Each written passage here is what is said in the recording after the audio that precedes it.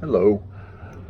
Um, Yesterday I made a mistake on uploading a video for you, so it didn't get up until today. Thanks to one of my subscribers. Thank you very much for helping me with that, because I didn't realize the error that I had made. So today, I'm not sure which one of the attacks I want to tell you about.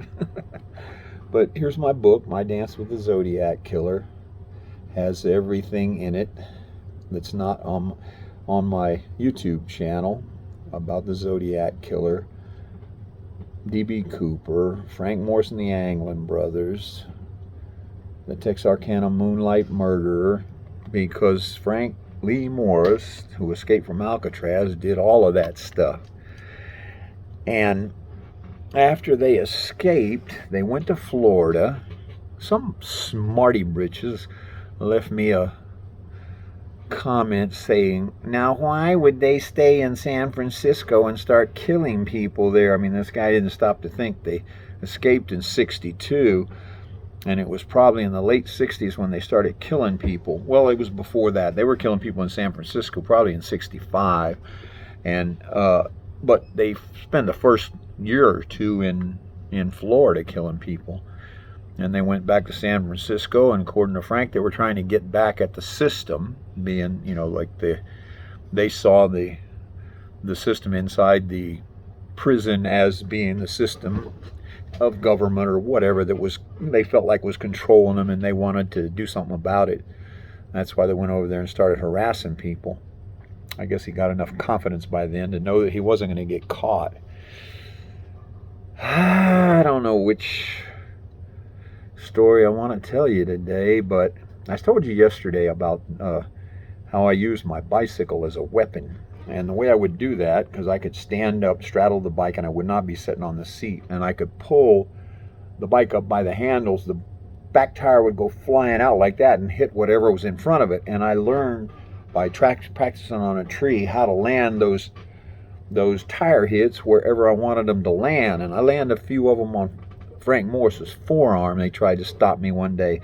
I've told it to you in a video before, and I think I put part of it in my book, so I don't know if I want to tell that one again or not, but maybe I will. I was coming back from Kings Forest. I told you about that in Tampa, across the street from Buffalo Estates where I lived, and there's a creek there, and I lean over this concrete wall. This is all still there, by the way, and I was looking at the fish, watching them swim up and down the river, and I just got this feeling somebody's looking over my shoulder, and I turned to my right, and there's John and Clarence, and I go, I better get out of here. They're kind of close to my bike. I had it parked between me and them, and I turned to my left to see which way I was going to run, and there's Frank standing there. And that smartass always did this. He always said this. He goes, what are you going to do now?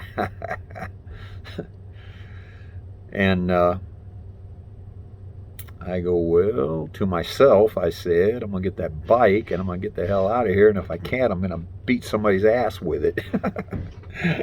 And that's what happened.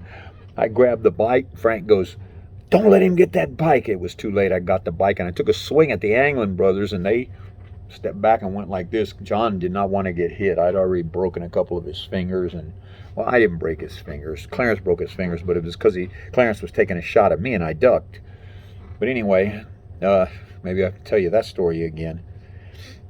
So I took my bike, turned around, and I took a shot at Frank, and then I took a shot at the Anglins. They backed up. I went back to take a shot at Frank, and he wasn't backing up.